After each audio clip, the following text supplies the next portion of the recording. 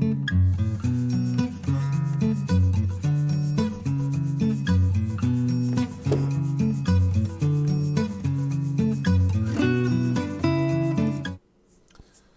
evening, one and all. How are you?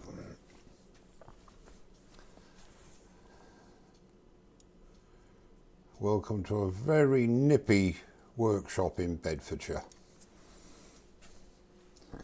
I saw your comment, Mr. Bolter, regarding wiping down with a damp copy of The Sporting Life. I don't gamble, mate. Right, quick good evening to people that have already come in. I just got back to the chat. Good evening, Phil. Frederick Day, good evening. Miss T, hello. Dave O.T. Thomas Kroll, good evening to you, sir. Good evening. Retired of Ilminster, which I think is... Good evening, Benny. Good evening, Leroy. Tony Harvey. James Wessex, how are you? Steve Jeremiah, good evening. Leroy, hello. Said that. Tony Eastham, good evening. Real Simple Things, good evening. And that's about it. Oh, Duncan Barber, good evening. Thomas Kroll, good evening to you. Ronnie, good evening. Good evening, Mr. Fennell. Kevin Burrows, good evening. Good evening, Don, Clive, Roger Delaney, and I've caught up. And Trevor Doran, good evening. John S., good evening. Grant Fulbrook, good evening and welcome. Douglas Mungum, good evening, Douglas. How are you? Jennifer, good evening, Jennifer. Alistair, Steve Lilly, good evening to you. Is everything all right sound-wise, please, somebody?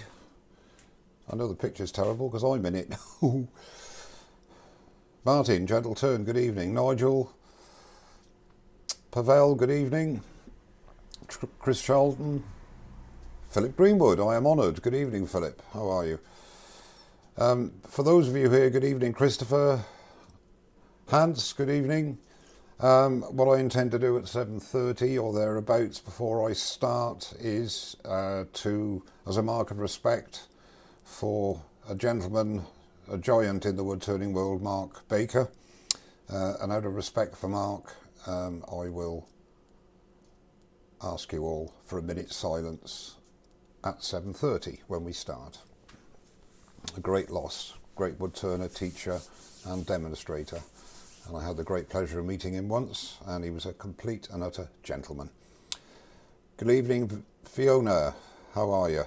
Sorry, Fiona. Good evening, Leona. Steve Liddy, Richard Phelan. Kim Ronnie, good evening. It is getting colder, Nigel. Yes, it's a chilly 12 degrees here at the moment, 12 degrees C. So, and I can't put the space heater on because nobody will be able to hear me, which might be a big advantage to most of you, no doubt. Good evening, Mark. How are you? Christoph, good evening to you. My pleasure. Thank you for watching them. Gary, good evening. Joseph, good evening, Joseph. And Rob, good evening, Rob. How are you? YV, good evening. Andrew. Terry Bray, good evening to you. No sarcasm, Terry. Steve Robbins, good evening, Steve. Welcome. Tom Wilcox, hello, Tom. There's a name, a blast from the past, isn't it, Tom? Hey. Wayne the Woodturner, good evening. How are you? And Pete Ravenscroft, Twisted Tree, good evening to you, Pete. Mad Mike, good evening. Oh, there's two of us on then tonight. Val Bouchard, good evening, sir. How are you? Nice to see you here, mate. Thank you, my dear, I should say. Viking Piper, good evening. Jacques, good evening to you. Mike Rimmer, good evening.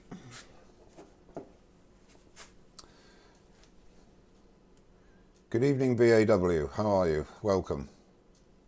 Paul Smith, good evening, Paul. Good evening, Mr. Mitchell. John, good evening to you.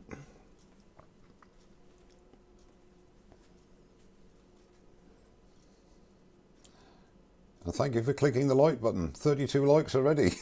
You seen what I've got to offer yet. Michael Strand, good evening Mick, how are you?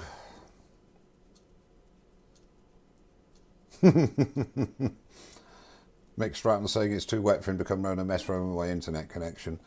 Yeah, touch wood, it's been okay up to now for the last few weeks. Famous last words.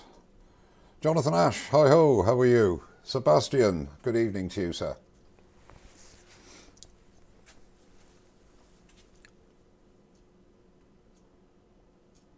Don't worry about it, Leona, they'll get there, they'll get there. Jim Hurst, good evening. How's Oregon? It's cold and wet here, is it okay in Oregon? Andy Heath, good evening. Richard, good evening, how are you? Right, just going to go quickly onto the break, because you all know why.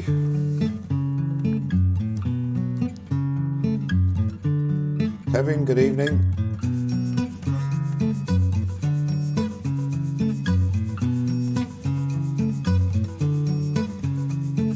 Andy C, good evening. Kevin Newman, the old mate, good evening to you. Jonathan Klein, good evening. And good evening to Mikhail Sontini. Bonjour.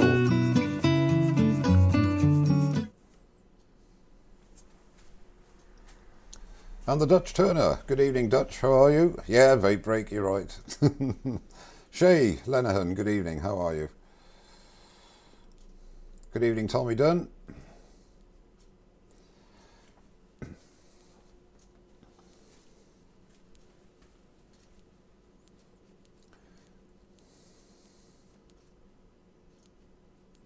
Matt Wilson, good evening. Yes, I am. Thanks. I hope you are too.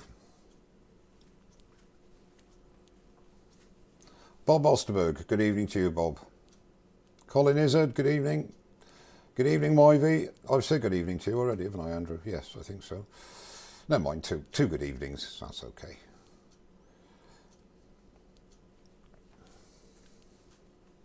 Yeah, sorry I didn't make that, Rob. And also sorry to make yours, Pete. I had things to do. I had a few problems. And my compressor has decided to pack up, so I'm in the market for a new compressor as well. Just before I came on, about 10 minutes before.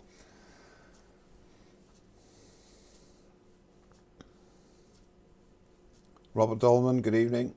Neil Gould, good evening, how are you? Beer o'clock, yeah. Well, I could have a Diet Coke.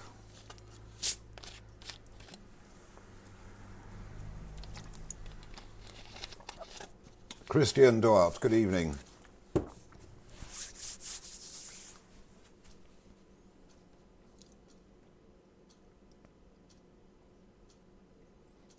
I think Oliver's gone to sleep. Okay, it's 7:30, so we'll start. Good evening, everybody, and welcome. What I intend to do is to hold a minute's silence in respect for a great lamented woodturner called Mark Baker, who sadly very recently passed away. He was a great and talented turner, teacher and demonstrator and editor of many magazines, including our homegrown woodturning magazine here in the UK. So I'd like you all to join me out of a sign of respect for Mark for 1 minute's silence.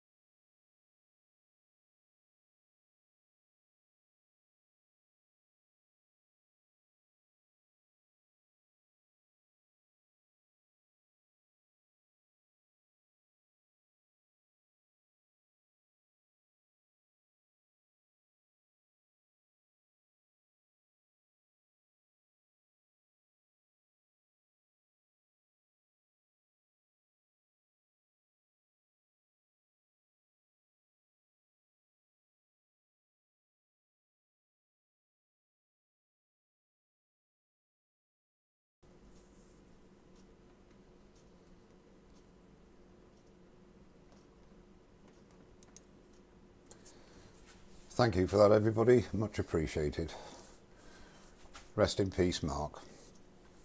Okay, tonight we are going to be covering 4 items which I have in my top 10 of questions answered. So this is like a second video in the mini series. I'm going to be covering sharpening, bevel angles, lathe speed, and also tool rest height. Now that wasn't, I was going to do that in another one, but I'm going to do it tonight because a guy called Dave Stephen asked me to cover it, which I can do. It won't take long to do that.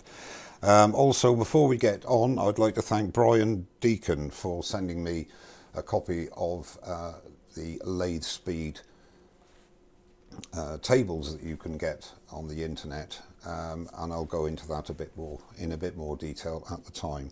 So the reason I've got them in that order is I believe personally, and everything I say tonight or ever say is my own personal opinion, that sharpening, bevel angles and lathe speed. Sharpening is by far and away one of the most important aspects of turning.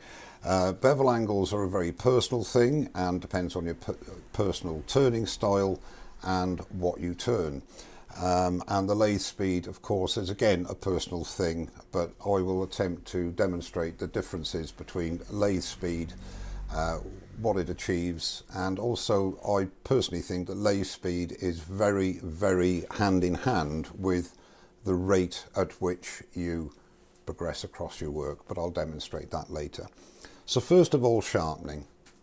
Now, whether you have a grinder with wheels, whether they be CBN or aluminium oxide, or whether you have a Tormek, or you have indeed a linisher type system like I have the Sorby Pro Edge, the basic fundamentals are the same. There are obviously some differences with regard to the different bits of equipment, but the essential theory is the same. I'm not covering hand sharpening because I am absolutely useless at hand sharpening, freehand sharpening. If you can learn that, it is brilliant. I've tried, I can get away to a certain extent, but we're going to be covering a specific type of sharpening via a machine and jigs on tonight, because most people will have some form of sharpening equipment. One thing before I go into it, and I know I'm prattling on a bit, but I think it's very important. The number of times my advice to somebody is, are your tools sharp? And the response comes back, well, they could be sharper. If you feel at any time during your turning that your tools need sharpening, they do. Take it from me. Only 8 years experience, nothing compared to a lot of people, but if your tools are not sharp, then not only can be dangerous, they are not going to give the best that they can. And one important factor is that where your tool sharpening station is should be no further than a twist and a step away from your lathe, because if that is the case, you are less likely to think, oh, I'll have a couple more passes and then I'll sharpen. When everything is set up, it takes seconds to put an edge. You're not sharpening, you are refreshing the edge. That's all you're doing.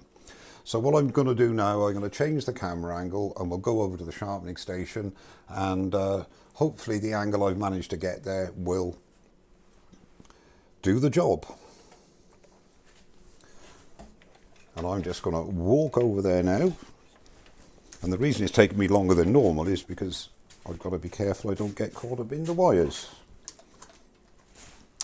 Okay, so this is what I call a linisher type sharpening system, but the basics are the same.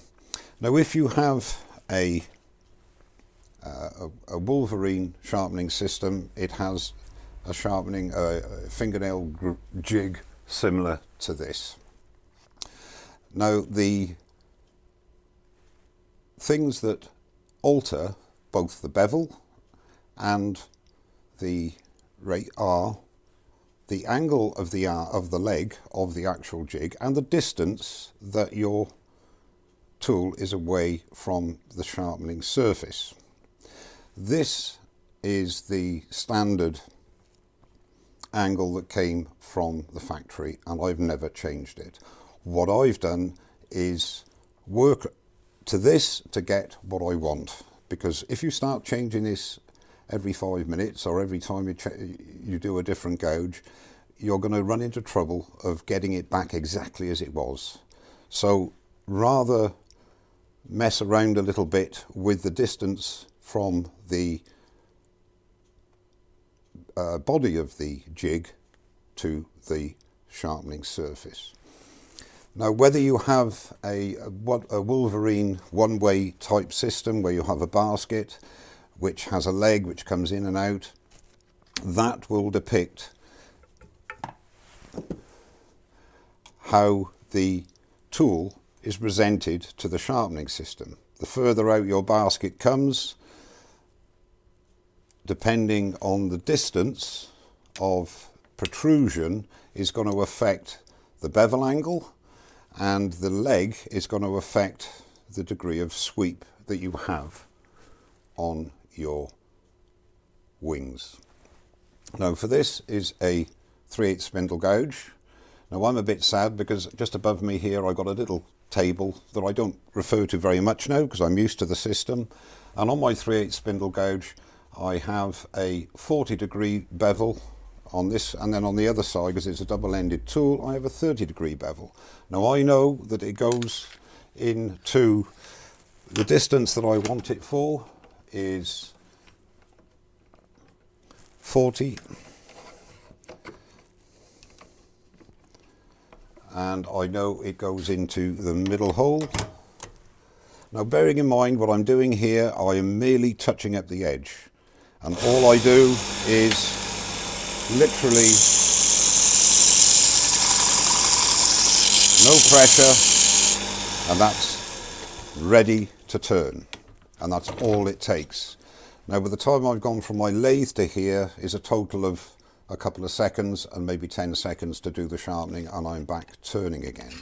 Now, that is the same for all my tools. That is one of the bowl gouges, and so there is really no excuse for not sharpening on a regular basis. If you don't sharpen, you can also use a diamond card like this one here, and what you would do is literally, just to bring the edge back up again, you would place it on the heel and the toe like so, and in a circular motion just raise the edge, bring that edge back and go around the other side as well. But to be quite honest with you, the speed at which you can do it at your sharpening station, that is great for scrapers on the fly, as they say. And a scraper, if you have a Wolverine or whatever system you use, will have some form of a table.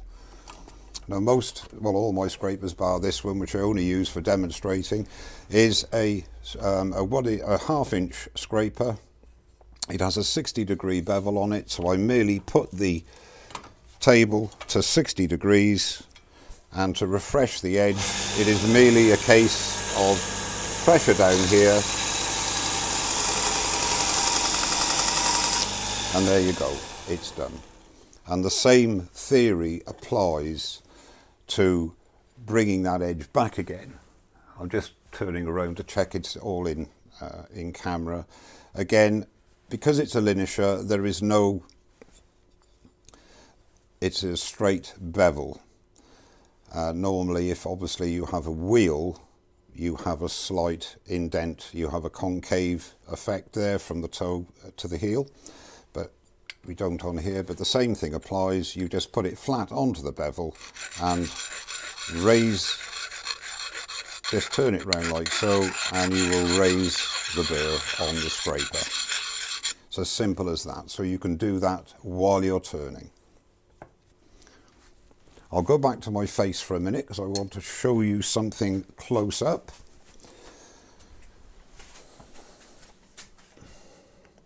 Now, what I intend to do obviously is to answer any questions, etc. This is not a sharpening masterclass. I've got videos, as other people have, on in-depth sharpening. Because it's alive, I just want to cover the aspects and any aspects people may ask. Now, quite often, when you're doing your sharpening on a regular basis, and hopefully that will show, you'll get that sort of a situation there where the wing is dipped. I hope the camera picks it up. From the edge of the wing to the nose is a dip, and on the other side, I think it will show as well, it has a dip. Now, of course, I'll have to come away slowly here, otherwise I'll lose focus. There you go. Now, of course, what you can do, you can play around and, you know, just go around your nose and try and reduce that. But sometimes it gets to a stage when the best thing to do is to reprofile. And I'll show you how to do that very quickly. And it's the same, as I say, on all systems. The same basis is there, just to get that profile back to as you would want it. So I'll go back over there, and have no fear, when I've gone through everything, I'll be quiet and you can ask any questions. So we'll go back to the sharpening system. Now, what I do on this one, and would be the same, is on a Wolverine as well, is just get your table to a comfortable height. You want to be putting both sides of the bevel flat on the table. And let's go one more. Okay, and what I would do is have a, this would be on, let's say on a Wolverine, would on a bench grinder would be your coarsest grit. This is a 120. I would go down to the 60 grit for doing this normally, but it will still show you what happens. So you turn your machine on, you've got the flute flat, and you present it at 90 degrees.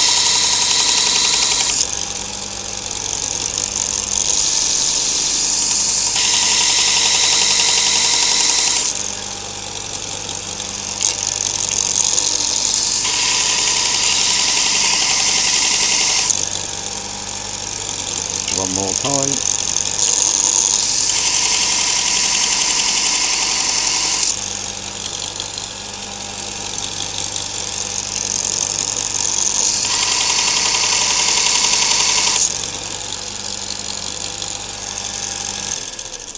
And we'll go back to the face now. And what you've done here is you have produced a flat in the shape of the fingernail, and as you can see there as well, you've got a nice angle or a nice straight edge to your wing. Now what you have to do is to go back to the grinder and grind this away until you get an edge, and then you've got your profile as you want it.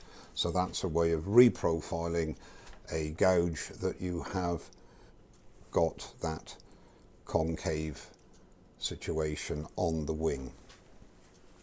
So that covers the sharpening side of things, and what we'll do is have any questions that might have come up from that. And the bevel angles I can talk to you about as such. The bevel angle really, as I said before, is a personal thing.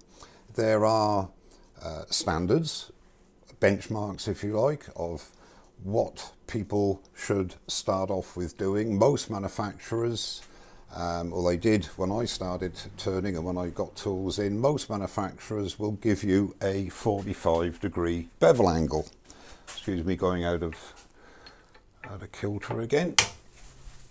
Excuse me. Now the bevel angle is that bevel there, is the angle there from the nose to the heel.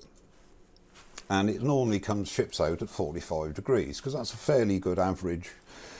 And that normally happens on bowl gouges as well as spindle gouges. Now, until you've had a bit of experience, 45 degrees is a good one to start with. Because at the end of the day, when you gain experience, you'll realise maybe, oh, I could do with something different there. I'm falling off the bevel, I'm losing bevel contact. So you might want a steeper bevel. Now my bowl gouges now are all, well, 3 of them, are 55 degrees. And that's what suits my turning style. Now, the guy next to me, he might have 50 degrees. A lot of people now go into this 40-40. 40 degrees on the wing, 40 degrees on the nose for a bowl gouge. That's fine. And then when you get to the very bottom of the bowl, you'll change to a steeper angle. But it's a case of experimenting. And if you start off with an average 45 degrees, that's a good place to start. Now, what I call my bottom feeder is 65 degrees, and that allows me to get round to the bottom of a bowl easier. But it's all through experience that you gain these things. And people like myself and other turners will hopefully give the newer turner some information to go away and make an educated decision on, right, we'll try this. If it doesn't work for you, it doesn't matter. You can just alter things. It's all experimentation, which will prove to be beneficial to you in the end, because it'll be correct for your turning style. So that's regarding bevel angles. Now with scrapers, the same thing. There are average scraper angles around the sort of 80 degrees, 70 degrees, 60 degrees. Again, it depends on your turning style, what you use it for, and what results you're looking for. But if you troll the internet, troll Google, YouTube videos, etc., you'll get a myriad of different opinions, and then you just have to wade through it and see what works for you. Before we go on to lathe speed, if I leave it there and ask for any questions and just see what people have got to say.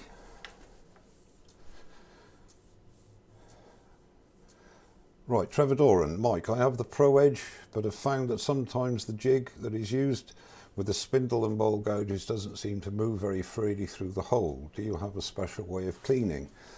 I use 0000 wire wool.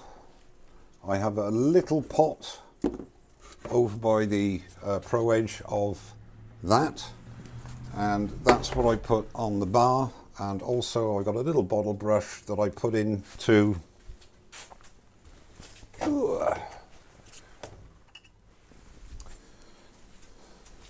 onto the jig here. I just use a little bottle brush, and every now and again just do that, bit of wax inside there, and that normally sorts it out. Hope that answers your question. Nigel, are you able to sharpen an Irish Ellsworth grind on the Pro Edge? I've never tried, I've never used it. I feel, another question, another thing to show you. That is the angle of the leg from the manufacturer, which I haven't changed since I've had it. Now, when I want to do my 30 degree, excuse me, going out of shot all the time, the 30 degree on my spindle gouge, this one there, hang on, let's go here, I've got sorry about this, right, hopefully, okay, that is a 30 degree grind on there, and it's fairly swept back, and I use that obviously for fine detail. Now the only way I can do that is to change the standard angle, standard angle to that angle, okay, and that allows me then to do a very swept backed grind on my spindle gouge, which I'm sure would work for the bowl gouge too. The reason I've got two is because I don't want to change the standard angle, but yes, I would think you can get a much further swept back wing than I use, yes.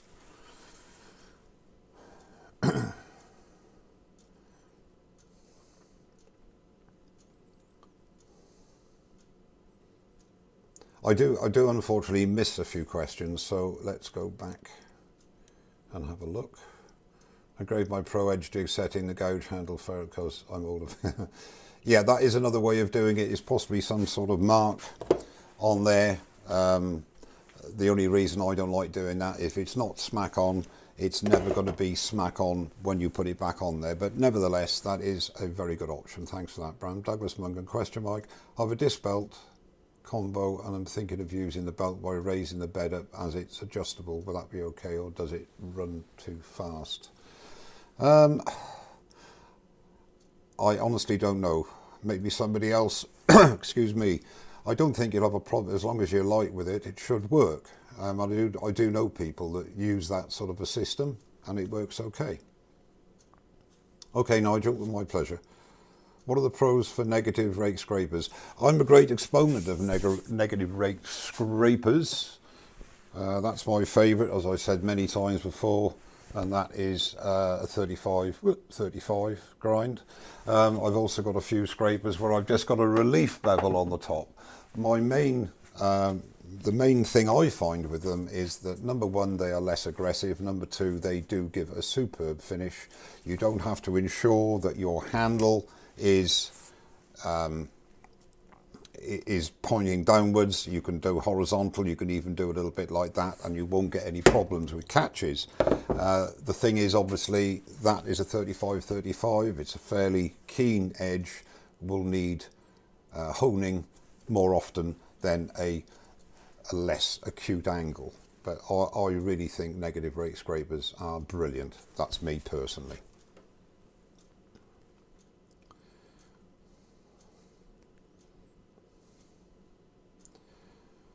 Let's go back here a minute. Let's have a look.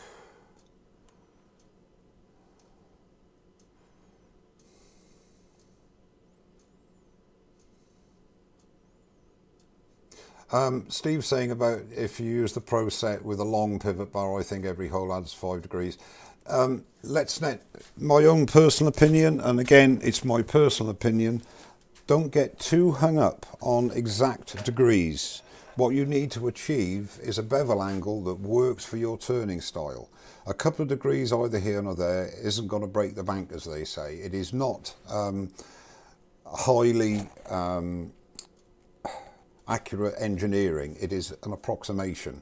That's my own personal opinion. If you get within a couple of degrees, then that's fine.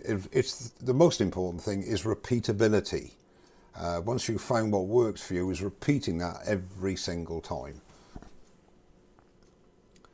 Wood turning by Brandstrup, what grit and type of belt do you use? For normally, I've got 240, 120 and the 60 grit. The 60 grit for reprofiling, 120 and 240. I normally use 120.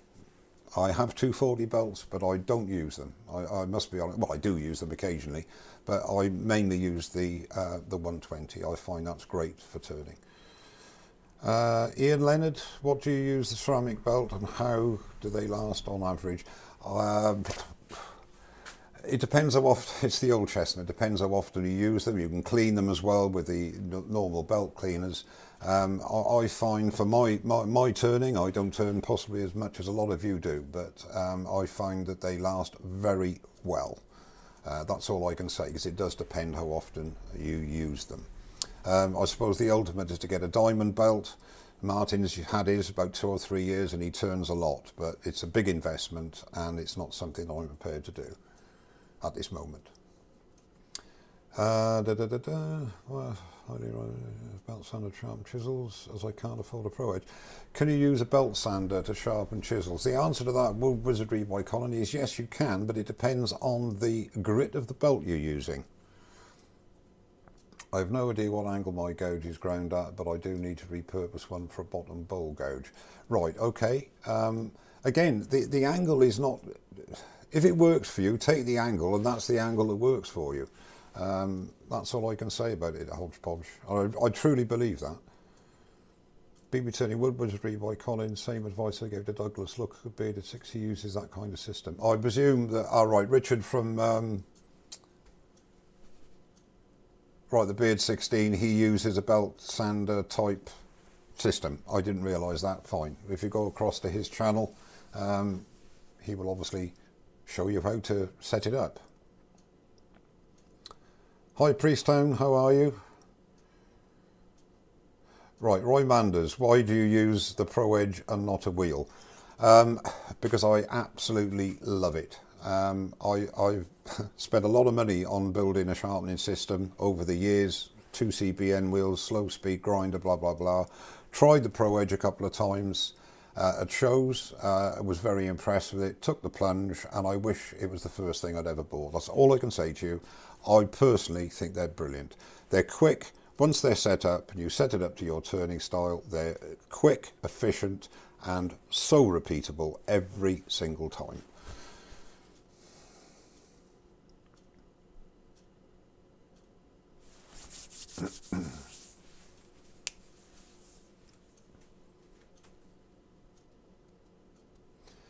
Are there any more questions for me?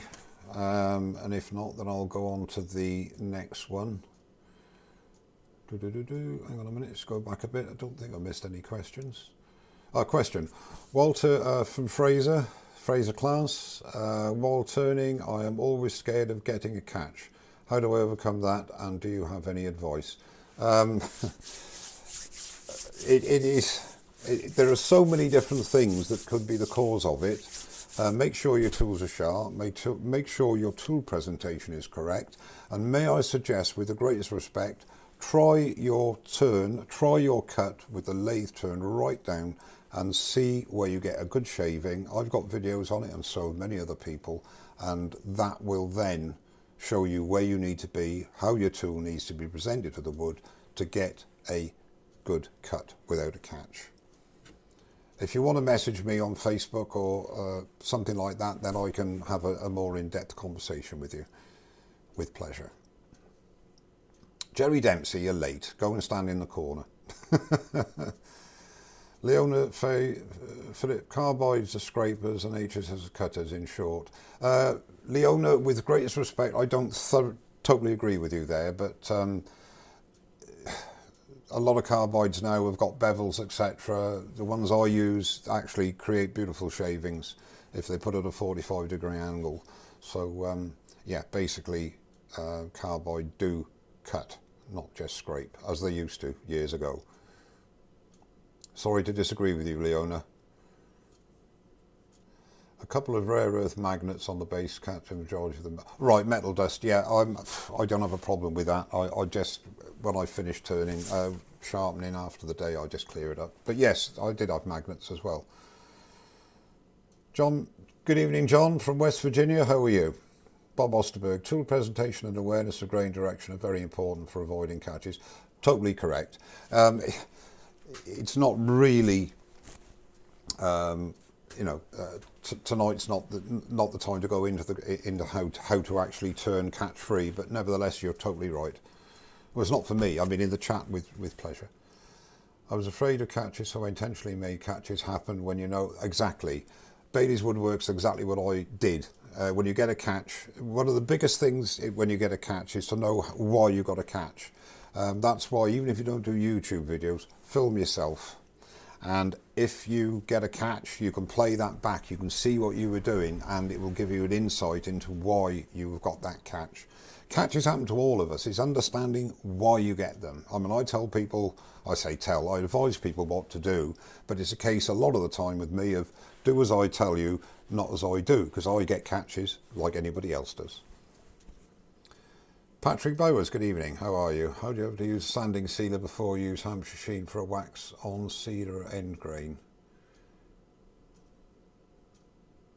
I would say basically, Patrick, yes, use sanding sealer before applying wax on any turning. That's my advice.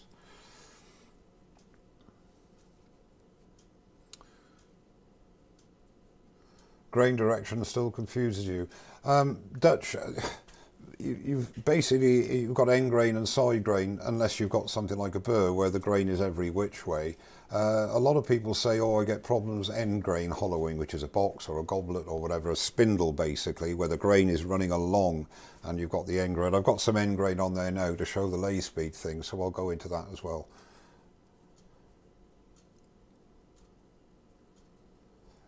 Yeah, Bram says invest in a cleaner, a belt cleaner. They are brilliant.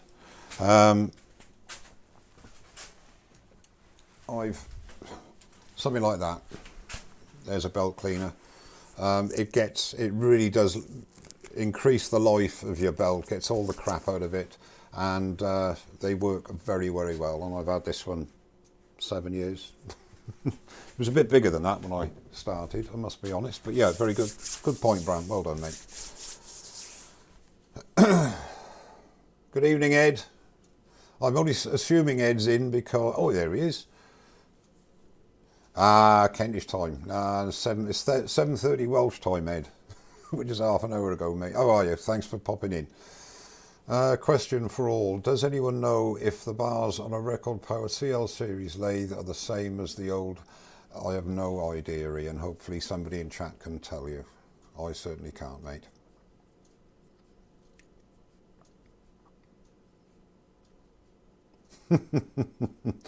Adrian and Ed are on Essex time, that's fair enough. Okay, I think that's virtually... Good evening, Maggie. I missed you there.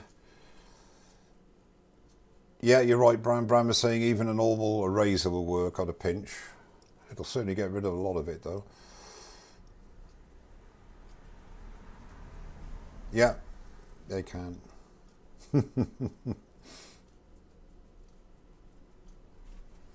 Right, okay. We will go on. No more questions at this precise moment. We will obviously have a major question asking session when I've finished. Okay, lathe speed. Now, I'm not going to cover bowls specifically. Lathe speed. As I said earlier on, Brian Deacon very kindly sent me a link to a PDF file. You can get tables on suggested lathe speeds for different size of bowls, spindles, etc., etc. Just Google it. Wood lathe speeds, turning speeds, and you'll be met with a plethora of different ones. They're only guides, obviously. Again, it's a personal thing. Don't think I've ever turned a bowl over 950 RPM. No need to. And under 1,000 RPM, a bowl is going to drop to the floor if it comes off. It's not going to fly up horizontally. Anything over that, it tends to go airborne. But that's not the point. It's all to do with the rate of feed, as I'm going to hopefully show you now on this piece regarding lathe speeds. So I'll change the camera angle now, and hopefully it will give you a close up. Okay, what we have here is a piece of sweet chestnut, fairly open grained. Let's just put this on a bit. Does that help? Yeah, fairly open grained. Now we're talking about lathe speeds. Very important, not just lathe speed, also is your rate of feed. And I'm going to show you something now. Now, I am turning this piece at 110 RPM, okay? Now, this is a freshly sharpened 1/2 inch spindle gouge. Now, we're not talking about shape or whether there's tool marks. Now, I'm going to go across there at what I would term my normal, pick up the cut, and I'm going to go across there at my normal rate. Okay, look at that. Now what you would say, that's not a very good surface, is it? Not really. Nice pattern though. A bit of the Ed Oliver engraving there. Now if I keep that at the same, look at that rubbish there, keep it at the same RPM, but my rate of feed is obviously very much slower. I'm allowing the wood to come on to the edge. I'm not putting any pressure, I'm just letting it do the job. Now you might fall asleep here. I'm going to get to the first ring hopefully, but hopefully it'll prove the point. You can see I'm getting a nice shaving. It's not flying because there's no speed in the work. Now if I stop there, hopefully it will show you that there is a really nice surface, and that's turning at 110 RPM. My word, I hear you say, but you can't turn that slow. Of course you're not going to turn that slow under normal circumstances, but the point I'm making is that it is relative, the speed of your lathe and your rate of traverse across the piece. Now let's put that up to 1,000, just over 1,000 RPM. Now we'll leave that bit there and I'm going to go to the middle, okay? A lot of pressure and very quick. Now hopefully that's torn, yeah, you've got torn grain everywhere, okay? As you'd expect. Now 1,000 RPM is not slow, but what was too quick for the 1,000 RPM was my rate of travel through the wood. So if again I start from here and go at the same speed on the lathe, but no, I'm not going very slow, just nice and steady.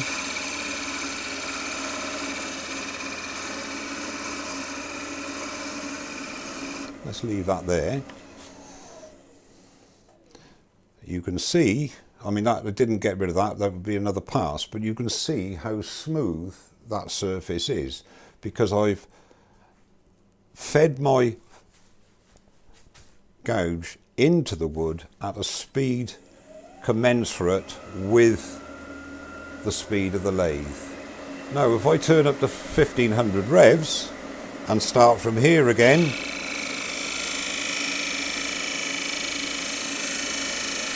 nice and steady,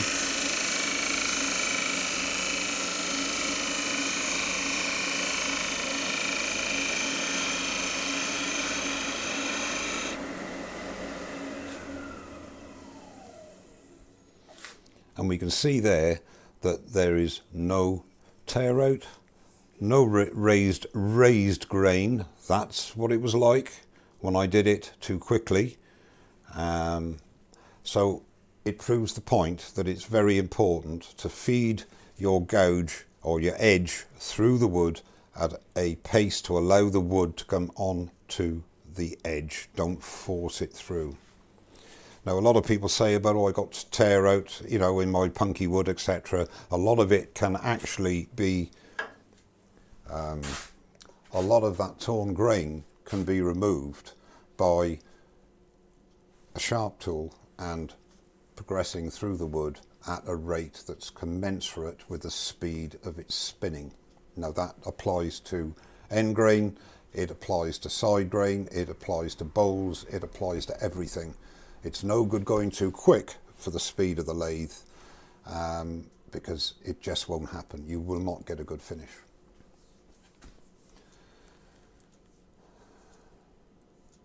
Thank you, Ed. Ed Oliver has said, have I got somebody else doing the turning and I'm just doing the talking?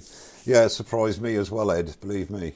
But I hope I proved the point that rate of feed and speed go hand in hand, okay? There's a group screw on the finger, right, everybody's getting on well there. I'll say it again, Ed, you two need to get a room. Okay, I'm glad everybody's happy. Yeah, Old Faithful, yep, question, how do I avoid that sort of tear out when I part off the base of a parting tool? Is that down to speed too? Yes, it is, Old Faithful. It is down to, again, a combination of speed of the lathe, and when you're parting things off, you don't want to be turning the lathe too quick because it'll burn. Because even if you don't get binding, if it's going too quick, it's gonna burn. So again, it is obviously a sharp edge on your parting tool, but again, slower is better because you have to find an optimum. Practice on a piece of wood and you will find that there's an optimum, and I bet you've been going too quick. Yes, they are, Bob. Totally agree with you. I just said that and I totally agree. Glad you concur. Bob Osterberger said the lathe speed and the rat, but we know you meant rate of feed are directly proportional, which they are. And they certainly are. And let me tell you something else. If you've got a tool that isn't as sharp as you can get it, that also has a massive effect on the surface you're going to get.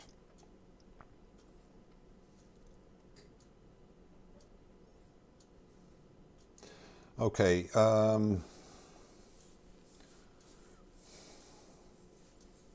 it's all right, Bob. I'm glad I'm not the only one that makes typos. My pleasure, old faithful. Thank you.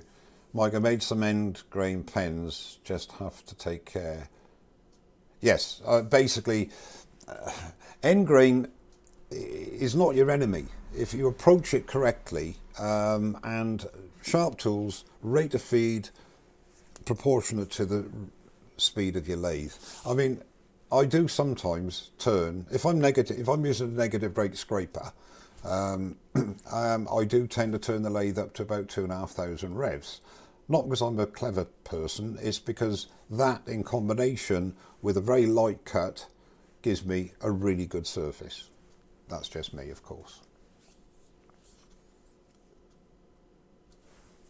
Right, hang on a minute. Hang on, someone said something about a parting tool. I've heard that the initial cut with the parting tool should be perpendicular to the piece before dropping the handle for the main cut. Adrian Olson. Very, very true. I can show you that very quickly.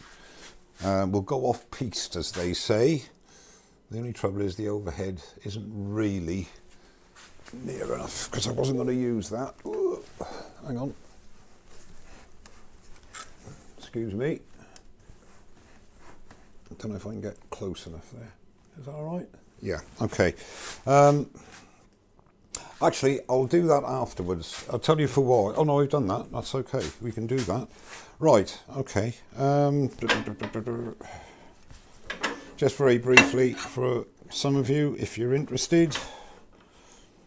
Okay, again, we've got a... Is that? Yes, it is. Okay, if you go in traditionally for a parting cut, this is just to show very briefly. If you go in like so,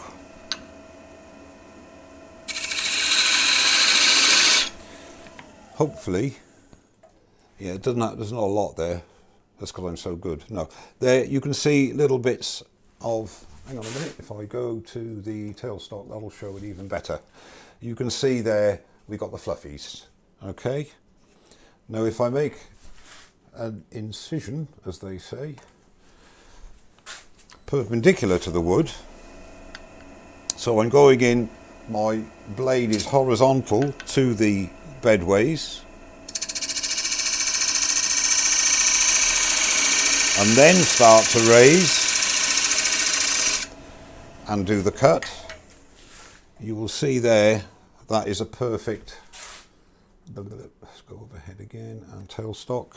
You can see there completely fuzzyless.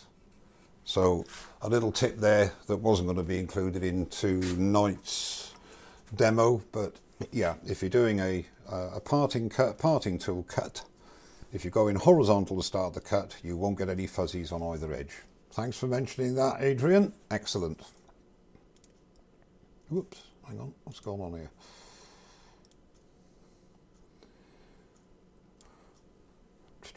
Right, there's another question there. I missed that. Question, what speed would you... I've lost it again. What? Hang on a minute. Sorry about this. I'm trying... Somebody was asking about speed. Right, let's go down there nice and quietly. PF wood turning, what system do you use for sharpening? CBM wheel Sorby system, Tormek. PF wood turning, I've got the Sorby Pro Edge. That system there, that's the one I use.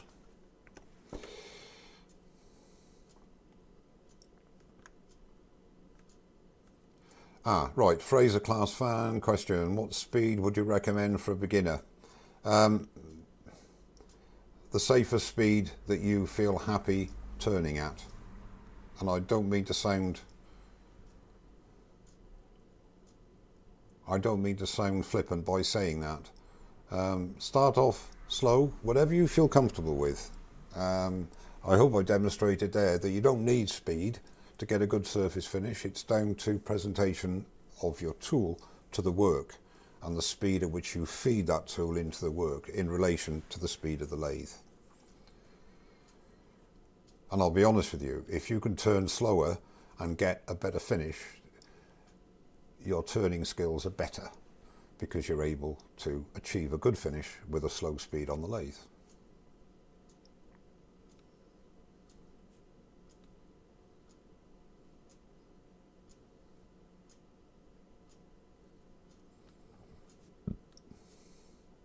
Thanks, Bob. Glad you agree.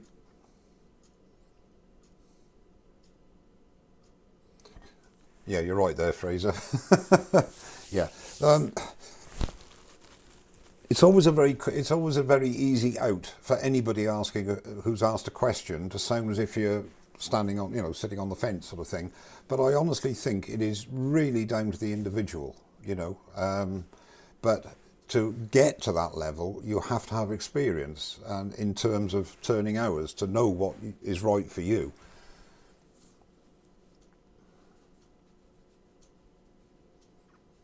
Yeah, as Pete, speed also depends on size. Of course it does, Pete. Totally agree with you. Obviously, you're not gonna be turning a great big log on there at a high speed.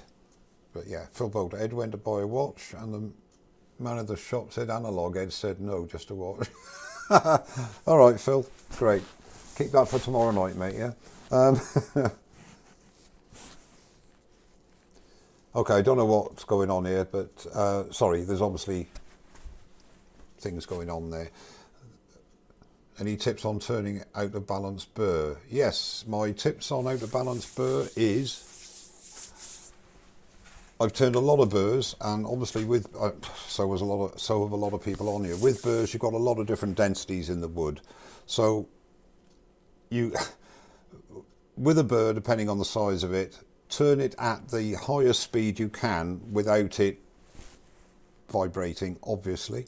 And very sharp tools, sharpen often, as you should anyway, but even more on a burr because of the different directions of the grain, and nice slow cuts.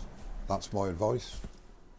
Mike, off topic, what space heater do you have and where did you get it from? James, it's a ZM heater. It's a space heater, ZM heater. I got it from ZM, so ZM heaters. It's noisy, but it's very effective. That's why I haven't got it on tonight. Oh, as well, by the way, if anybody could, anybody message me later on some suggestions for what are they called? Not generators. My brain's gone. It's all right. Compressors. My compressor's packed in. Anyway. Mike, does size matter when you turn something large? The speed changes the further out you get. Yeah, of course it does. Your peripheral speed increases as you go towards the edge of a bowl. You've got what I call deadwood in the middle. The centre virtually turns at no speed. That's why sometimes it's good to go onto these, get one of these tables, and it will surprise you the difference in speed from internal to external. How do you stop the spindle gouge skating when trying to enter the end grain? Again, with respect, not for this, not really for this topic that I'm doing today, but you just have to, there are several ways of doing it. I actually do have, I'm not promoting my videos, I have a video, 2 videos actually, on the spindle gouge and how to stop skating. If you look at that, it goes into a great deal of detail, and hopefully that will answer your question. And please don't think I'm trying to evade the answer, but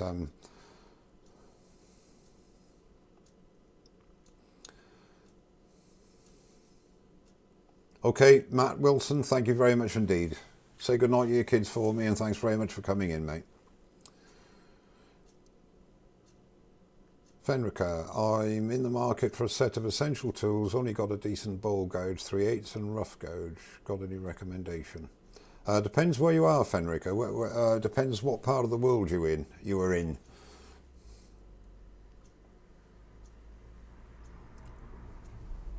Okay, I think that's covered. No more questions on that one. I'm just going to very briefly, for Brian Deacon, who isn't here, but it doesn't matter, covering tool rest height. So I'm just going to go to a break very quickly. I'm going to have a drag.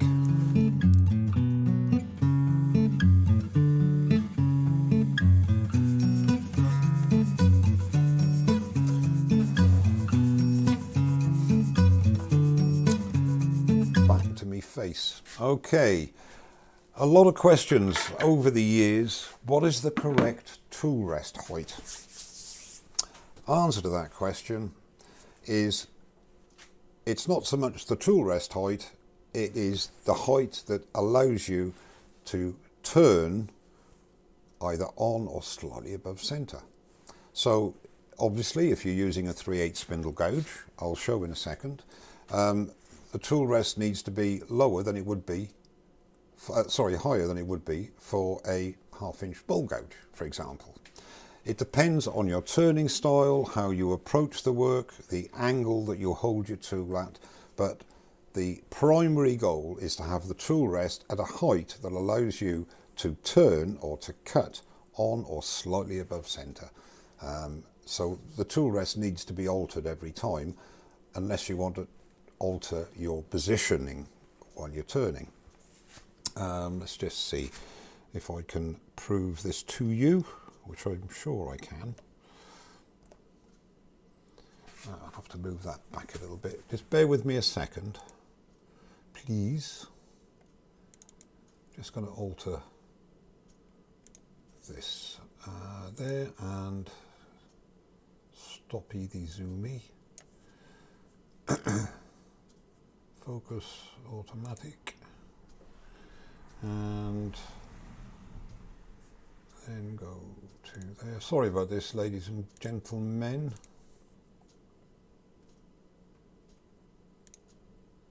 Okay, that hopefully, let's move that back slightly. There we go. Okay.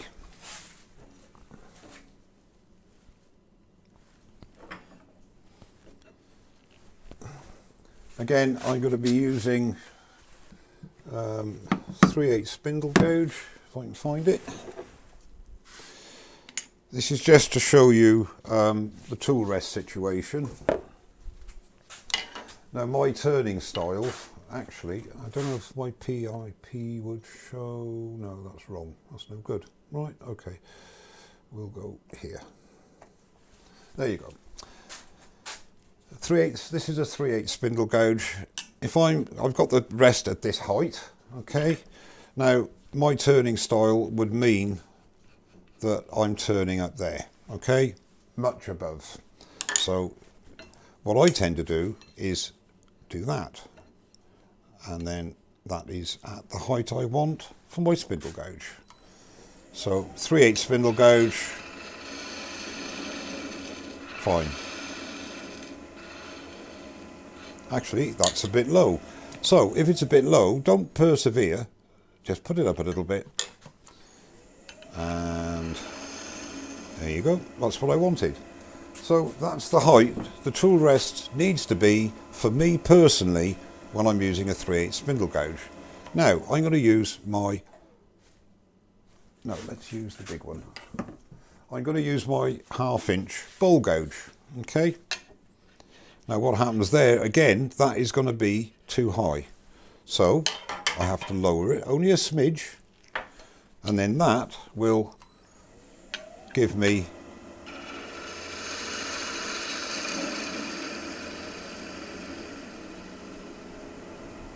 the right height for my turning style and the way that I hold and present the tool to the work.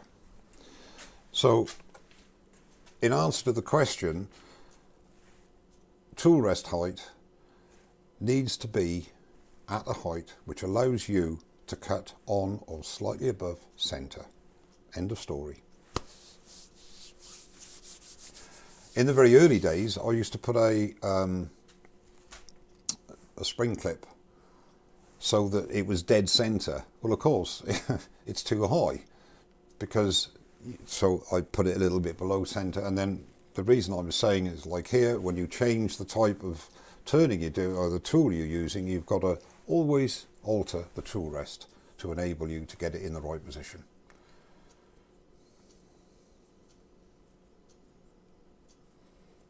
Okay, Bob, thank you, glad you agree.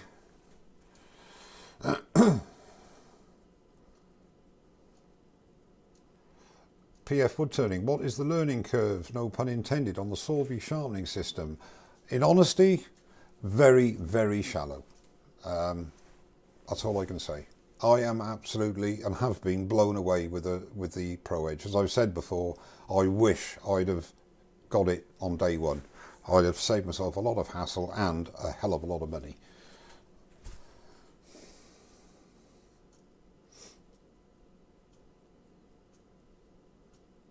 Thank you, John. Hello and welcome. Thank you very much for that. That's very nice of you. Question, why such a long rest? Is it just somewhere to learn, to lean? Nick Castle. No, I had that on there. I've got smaller rests as well for certain. It's just for tonight. It's there. You can use it. It doesn't really matter on a spindle. But when you're working on smaller spindles, then obviously if you're working between centres, you've got to have a smaller rest if you want to stay close to your work. But yes, it's somewhere to lean on as well.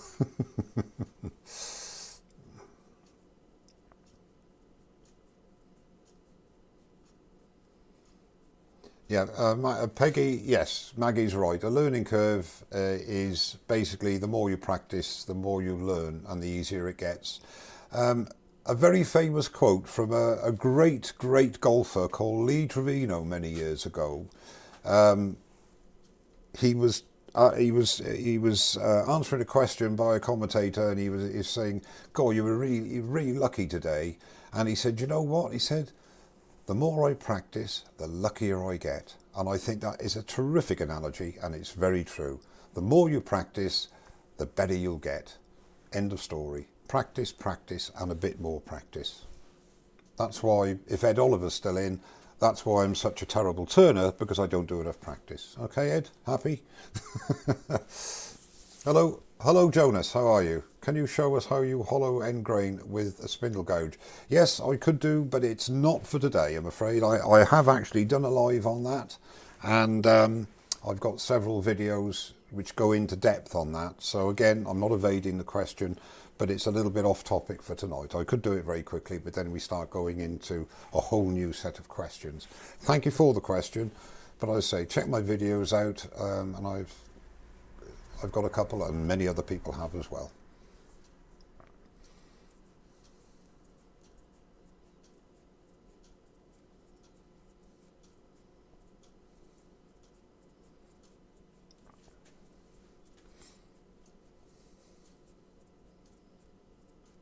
Oh yeah, I don't know what the question was. Wayne is saying, was somebody saying, obviously about the height of a lathe. Yeah, when your elbow, if I can go on tippy toes, when you stand like that, the lathe spindle should be at elbow height. That is the norm.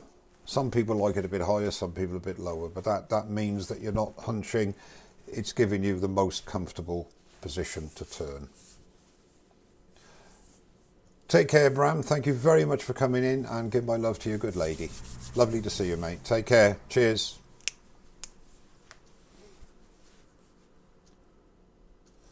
Clive Williams, as a relative newbie, when will I know what my style is?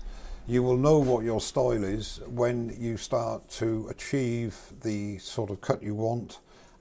Your style, if you mean style in actually turning, or the type of stuff you turn, again, it only comes with time.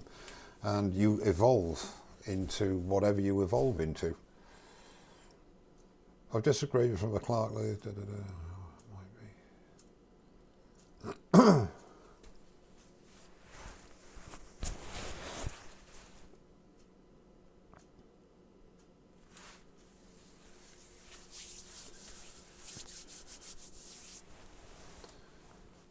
So there are no more questions, I presume.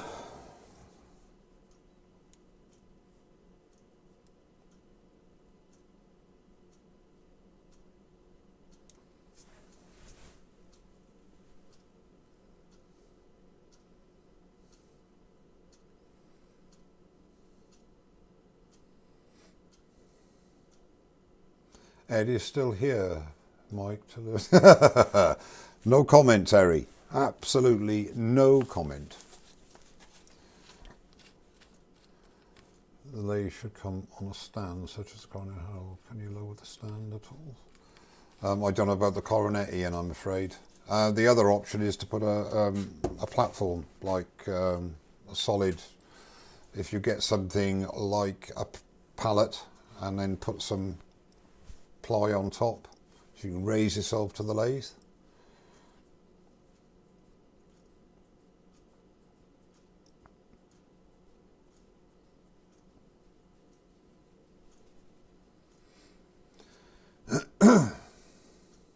Right, well, everybody's having a good chat there. I gotta just pop and have a vape.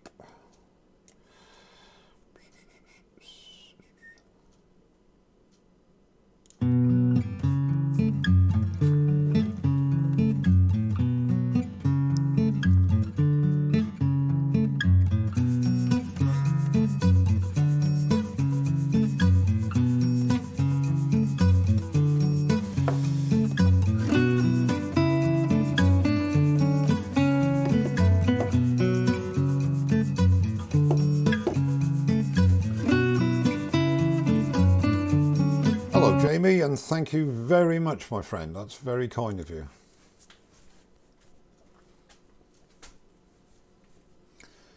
Well, I hope some of you found some interest in tonight's little live. I'll be doing another live hopefully next Sunday, if not the Sunday after, and that will be covering the last few things that are my top 10 questions that I get asked. That's great, Don. I'm glad to hear. Thank you very much indeed. I'm glad you enjoyed it.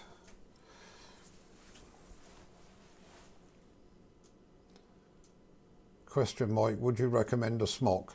Not essential, but they certainly keep all the mess off your clothes, let's put it that way. And they keep you warm in weather like this, although it's got no sleeves. Yeah, I mean, I'd recommend a smock purely and simply. It does keep you clean.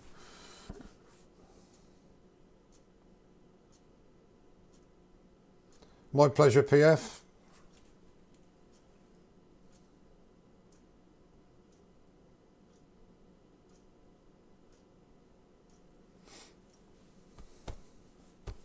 Terry Bray, I know about lathe speed. The faster you turn out, the further the bolt. Oh, very true that is, Ed. Yeah, the faster you turn, the further the bowls will fly, mate. Works like that with goblets as well, believe you me. Don't ask me how I know that. Might you turn pens much at all? No, I haven't turned a pen in about 4 years. I've still got about 30 pens. I went mad on pens for a couple of months, and no, I haven't turned a pen for years. I came in when someone asked a question about the Coronet Herald. Is there something I can help? Right, okay. Does that mean hobbyist another day? Right, always fun watching and learning. Thanks, my pleasure, Jerry. Glad you popped in, my friend. Thank you for coming. Thanks, Shay. Glad you enjoyed it. We've got a lathe repair shop going on at the moment as well.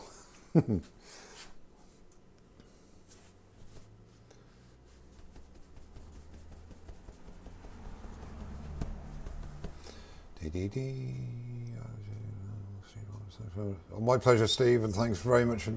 You take care, mate. Thanks very much for coming in. Appreciate it.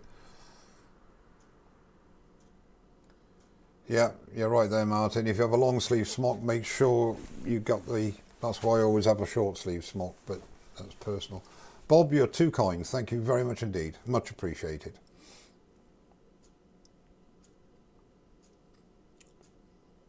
Well, I certainly hope that this gentleman gets his lathe sorted out tonight. It'll be have been of some use to somebody. Cheers, Leona. All the best.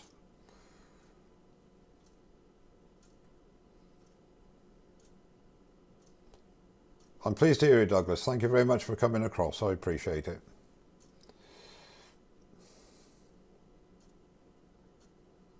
Good night, James. Take care, mate. Thanks for coming. Appreciate it. Mike, did you ever use that piece of Mahonia wood someone sent you recently? Martin Barnett. Not yet, Martin. No. The only bit of Mahonia I've got is a little length that I was given 6 years ago.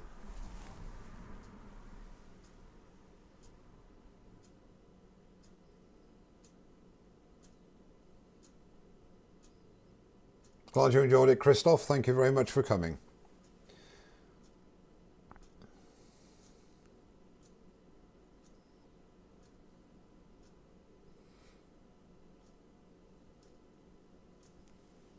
Thanks very much, Gav. I appreciate it. There are so many great lathes out there. Axminster, Record Power, Stratos. There are a lot of different good lathes out there. You really have to... I think the best thing to do, everybody has their personal favourites, Gav. What I would do is do a lot of research, which is what I did, and I'm sure everybody else does as well. Ask people, not just like on here, forums, etc., and then you just have to take the plunge. The best thing to do is, if you can, is actually try one out at a club, or a friend's got one, or even go to, like, if it's Axminster, go to the Axminster store, if there's one near you. Right. That's my pleasure, Martin. Take care, mate. Thanks for coming in. I appreciate it.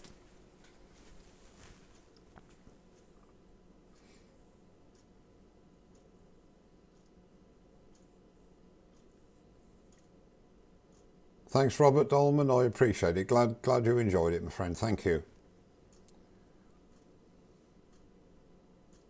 Carry on, Bob, and thanks for coming in, and thank you very much for your donation. Much appreciated. You take care. Hope to see you next time.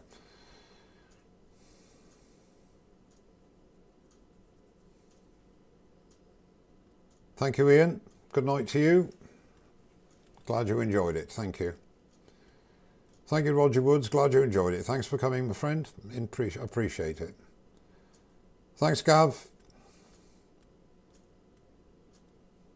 Thanks, the cat. Appreciate it. Thank you, Chris Charlton. Glad you enjoyed it.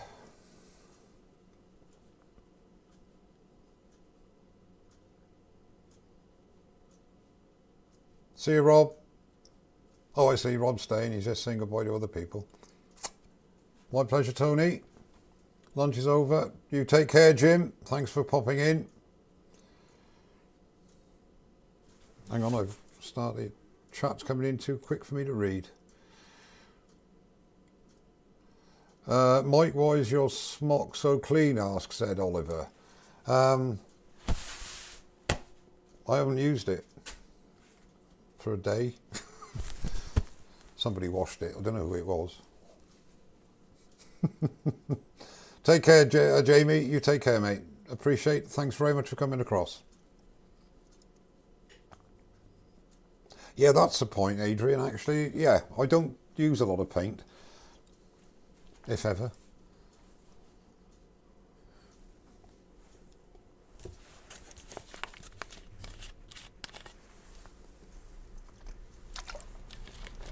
Thank you, Jerry. Thanks for coming, mate. Take care.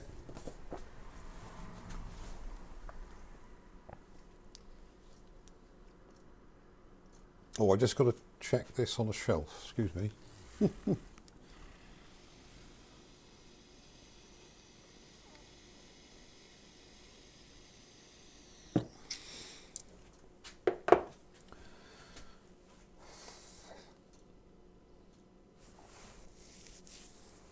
Okay, guys. Well, if there aren't any specific questions... Yeah, hope to see you as well, Steve. You take care. Thanks for coming in. I appreciate it, mate.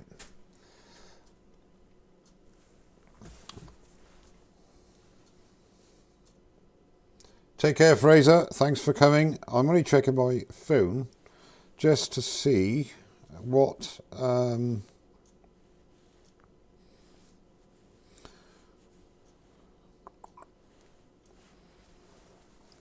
Right, okay. Yeah, the next live, I've got a few things to cover.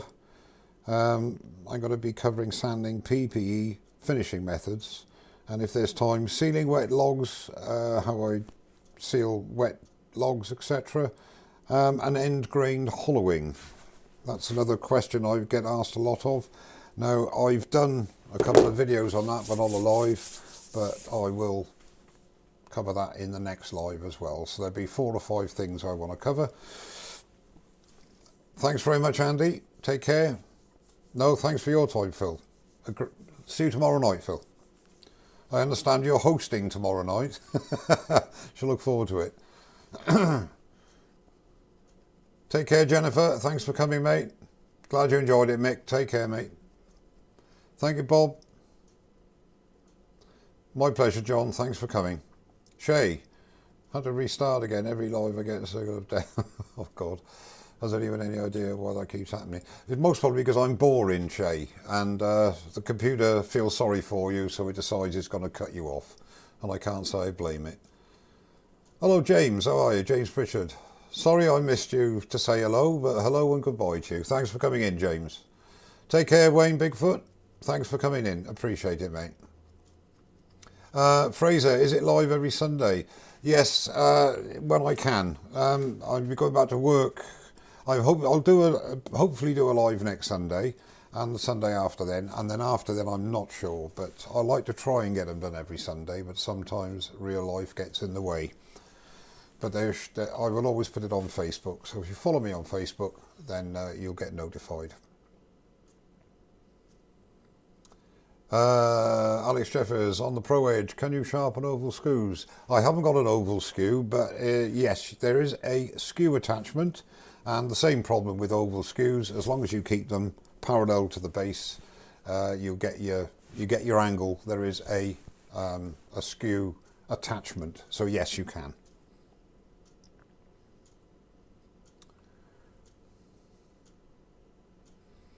Roger Lady, can you demonstrate the shop vac for Ed Oliver?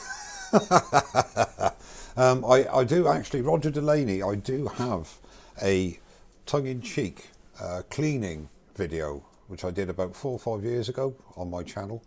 And it's tongue-in-cheek, but I've asked Ed to watch it, but he just seems reluctant because he likes mess, I think. Actually, on his demo yesterday, so I got to go and clean the workshop. Rubbish, absolute rubbish. You wouldn't know which end of a broom to use, Mr. Oliver. Okay, Fraser, I look forward to it. Thank you very much. Appreciate it.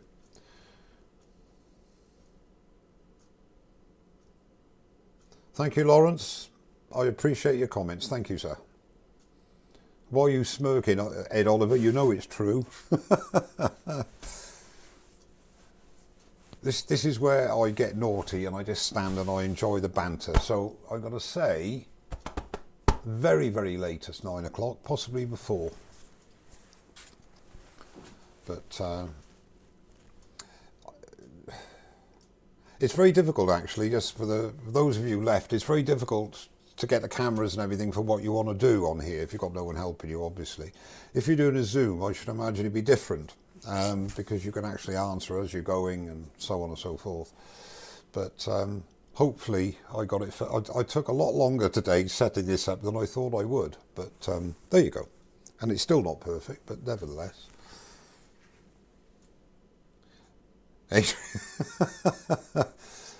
Yeah, you've got an airline. I might be on the phone to you later, tomorrow actually, Ed. I say my air compressor has gone west.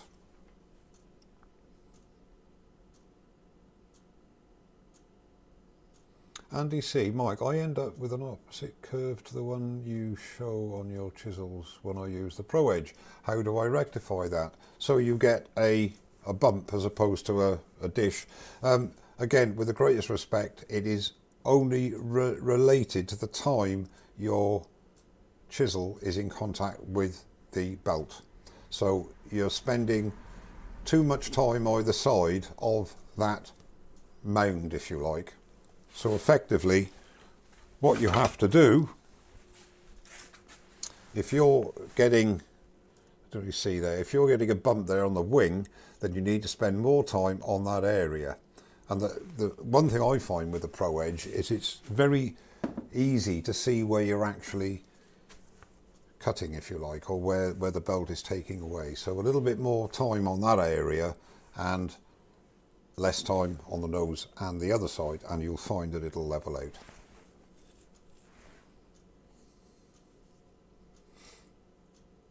Thanks, Dominic. Good night. Thank you very much for coming. Good night, Maggie. You take care. Thanks a lot. Retired of Ilminster, thank you very much and good evening to you.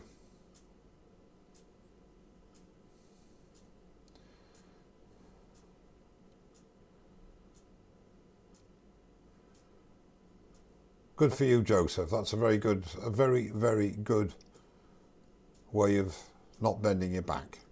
Hi, Javies, and good night. Thank you very much. Go on, Rob, tell us what it is.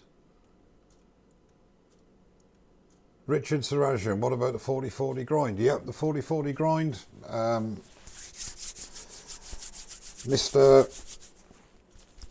Mr. Stuart Batty is a great exponent of that, and it obviously works extremely well. I've never tried it. The main reason is I don't hand sharpen, and if you use a jig, you will not get the same bevel angle on the wing as you do on the nose. But I can't really speak on it because I've never used it. My pleasure, Patrick. Good night. Good night to Patrick and Little Rock. Thanks for coming in. I appreciate it. Cheers.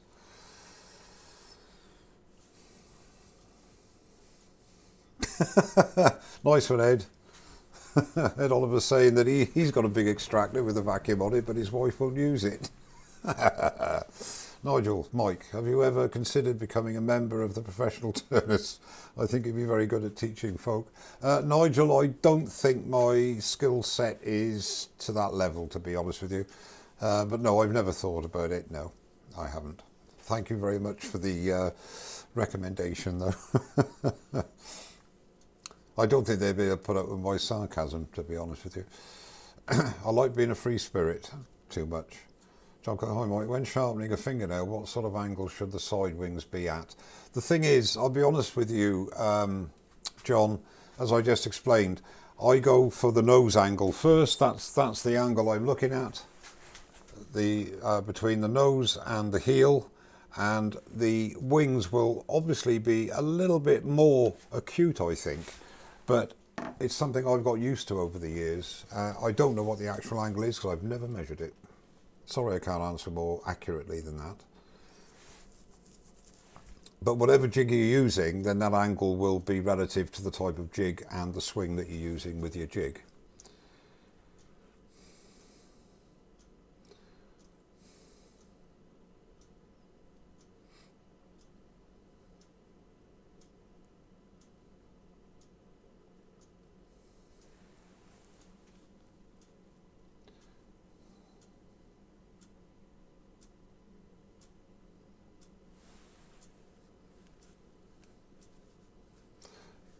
Good night, Mr. Brandstrup. Thank you very much. Thanks for coming across. Loved your last video, by the way, as I think I've told you. Take care. I've tried it on the Pro Edge and drill a hole at 40 degree, but it's tricky without a jig. Then you get it right. It seems to work very well. Yes, Richard. I was talking to somebody else today about that 40-40 grind. I am going to try and practice my hand grinding, freehand grinding. All right, Shay is saying, BB Turning saying that he remembers seeing a video that Ron Brown brought out a jig for the 40-40 grind. Yeah, I'll be honest with you, Shay, I'd rather learn how to do it by hand if I'm going to use it, but I'll be honest with you, for what I use, the angles I use are okay for me. But yeah, I'm sure it's a very good setup. Thanks very much, James. Appreciate you coming, thank you. Thanks, Leroy. Lovely to see you come in again. Thanks. Take care, mate.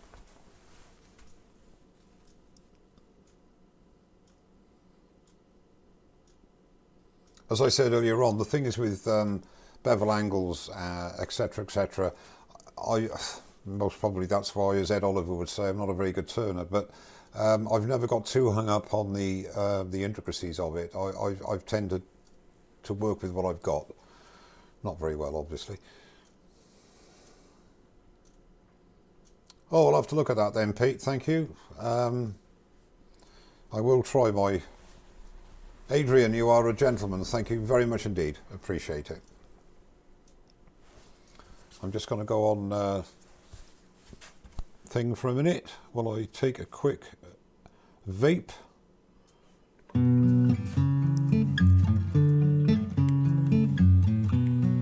Thank you, Colin. Look forward to seeing you next time. Thanks for coming in.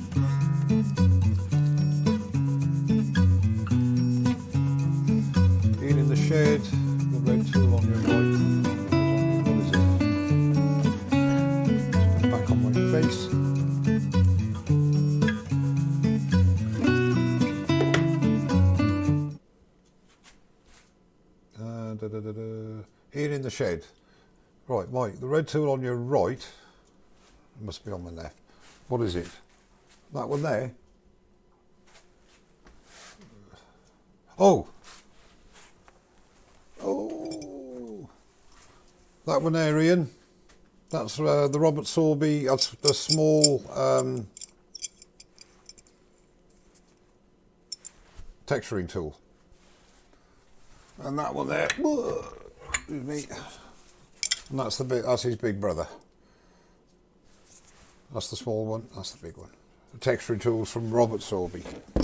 Purchased from Ed Oliver, Esquire, Dead Dog and Donkey Buyer in a deluxe set quite a while ago.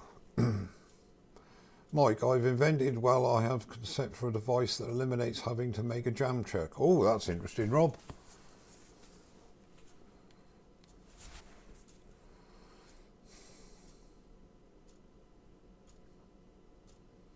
Do you know what? Something Shay has just said here. I don't use a 40-40 myself, Mike. I have no idea what the angle on my bowl gouge is, but I like it and it works for me. That's exactly what I say. But having said that, all these suggestions from people is food for thought, and for the newer turner especially, you can try all these things out. But as I said before, if whatever angle you've got on your gouges, whatever angle you've got on your scrapers, whatever speed you turn at, if it works for you, that is the correct speed and the correct angle. Thank you, Ian. All right, okay, mate.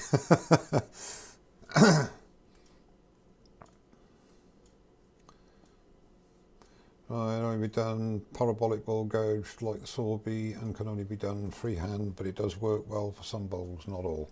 Yeah. I don't know if you've seen that video from Stuart Batty, Pete, and other people on here as well. Stuart Batty, it's a 2-hour video on bowl turning, and he uses, my God, can that man shift some wood. Can shift more wood than Ed Oliver. Not saying something. I thought you were going home, Mick Stratton. Thanks, Ed. You take care, mate. See you tomorrow. Bye. Pete, do you know if your speed is good or not?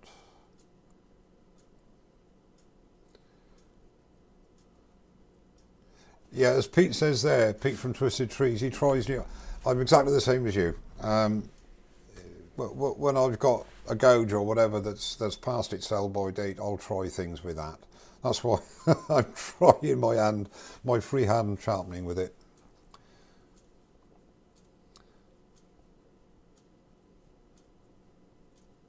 Andy, I answered that question regarding the curve.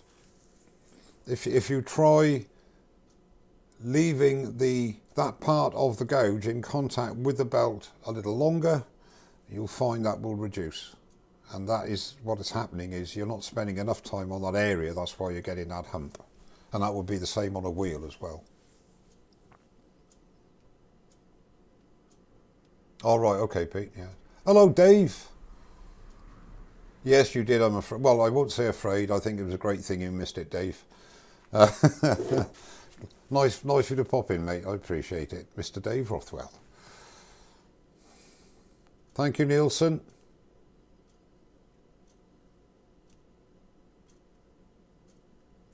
Yeah, it is parabolic. Blah, blah, blah.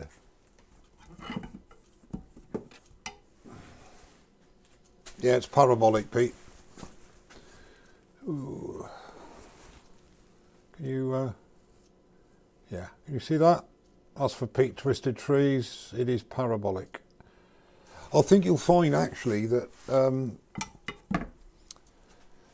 don't know if I'm right or not, I think all the gouges, bowl gouges I've had over the years, Henry Taylor, Sorby, Crown, which is what Simon hopes our Crown Cry, are all parabolic. Okay, Andy. That's all right, mate, no problem.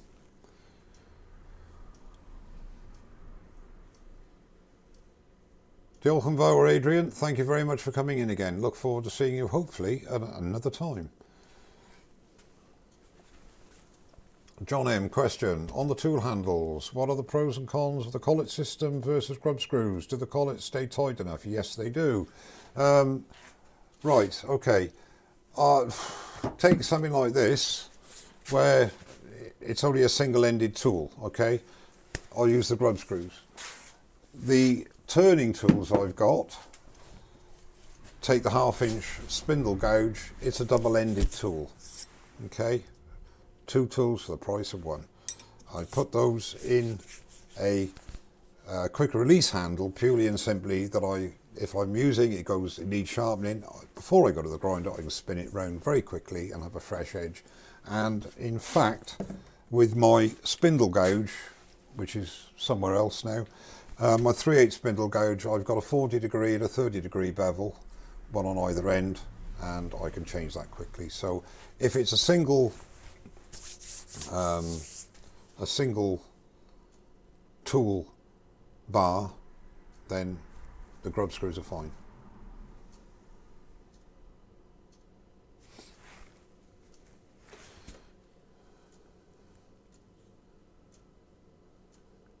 Thank you, Rob, I appreciate that, mate.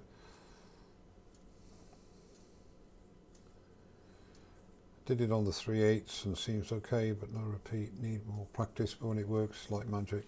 Yeah. Thank you, Tony. I'll say something else as well regarding bevel angles and everything else.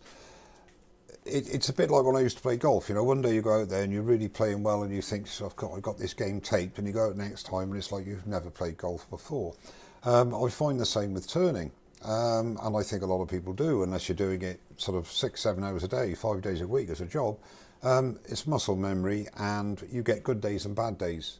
And sometimes you try something new, and because you're excited about trying this something new, it works really well for you. And then you think, right, this is the way to go. And for sure, one day you'll come along and it won't work as well as it should do for you, and that puts you in doubt again. My advice for people doing that is to stick with what you've got and go through that bad time if you can, and you'll find that you'll get more proficient with what you've got. If you're chopping and changing all the time, you don't give your body or your mind enough time to get used to using what you've got. Personal opinion.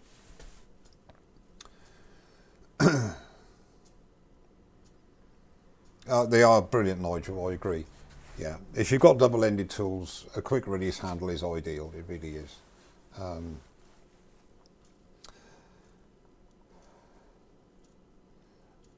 Yeah, I'm glad you agree, Pete, and you've got a lot more experience than me. But there are some days you really just feel, as Ed Oliver suggests, I should have taken up knitting, and you think, God, I shouldn't do this. But at the end of the day, it's practice makes perfect.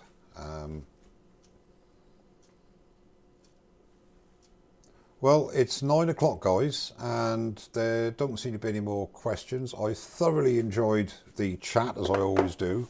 Thank you very much indeed. Thank you, Alex. Much obliged. Thank you very much indeed for coming. I really do appreciate it. And I will see you in the very near future, hopefully next Sunday, and I'll keep you posted on my next live. Thanks very much indeed once again, and I look forward to seeing you very soon. Cheers now.